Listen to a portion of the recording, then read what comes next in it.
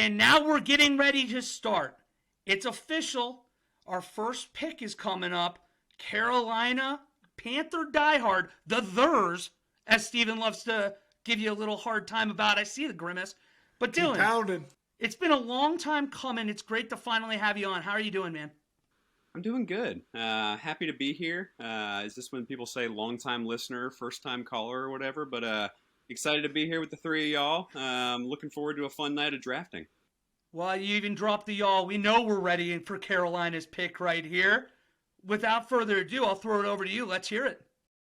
Ladies and gentlemen, with the first pick of the 2023 Loss of Down mock draft, the Carolina Panthers select Bryce Young, quarterback, Alabama. There it is. We get the quarterback off the board. Was it always Bryce Young for you? All right, are we talking for me?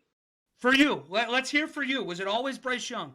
No way. I mean, I'm not gonna lie. When I look at all of them, it's kind of a sketchy situation all around. You can kind of pick apart any of them, but I think you kind of got to go with Vegas because when the lines start moving, you know what's going on. Now, I do think that Vegas jumped the gun a little bit. I actually don't know that it's like Bryce Young knew he was getting picked by the Panthers, and that's why he canceled all his visits. It's probably more likely that the Texans told him, "Hey, if you're here, we got you," and he was like, "Well, the rest of it doesn't matter then." But I think you got to go with that. 3 weeks ago, it was Stroud. I think everyone thought it was Stroud. You saw how the coaches were playing with him at the Ohio State, practice day, and everyone was all chippy, and it was great. But Young's the one with kind of the most swag, the most talent. So it's nice to see it. He was the guy that if we didn't take, I feel like I would most regret. Even if he sucks. I mean, 3 years from now, we'll know if this was a good deal or not. Highest ceiling for sure. Any of them might blow, but he's got the traits you want. He can throw the ball. He can do whatever he needs to do with the ball. He can create plays. So I'm excited about it. Now, how quickly? I know you have the number one overall pick, so you're a keen person to talk to about way too early prediction of how he can be plugged in and make your offense look. With Bryce Young, what does that picture look like? The teals, right? The all teals, first and foremost. Well, you guys might not have caught this because it was like the Panthers nerd Twitter, but we actually changed the color blue this year on the uniforms. That's going to get a little fun. It's going back to the original blue, which is probably like the smallest difference in the world. But you pulled a Cleveland Browns is what you're saying. I was going to say, he knows all about you.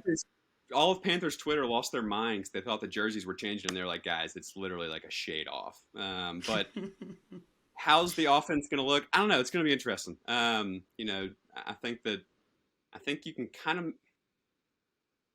We got the running back. We got an O-line. I think those are kind of two big pieces when you got a rookie quarterback coming in. You got a tight end who can catch some balls and Hurst, and that's good.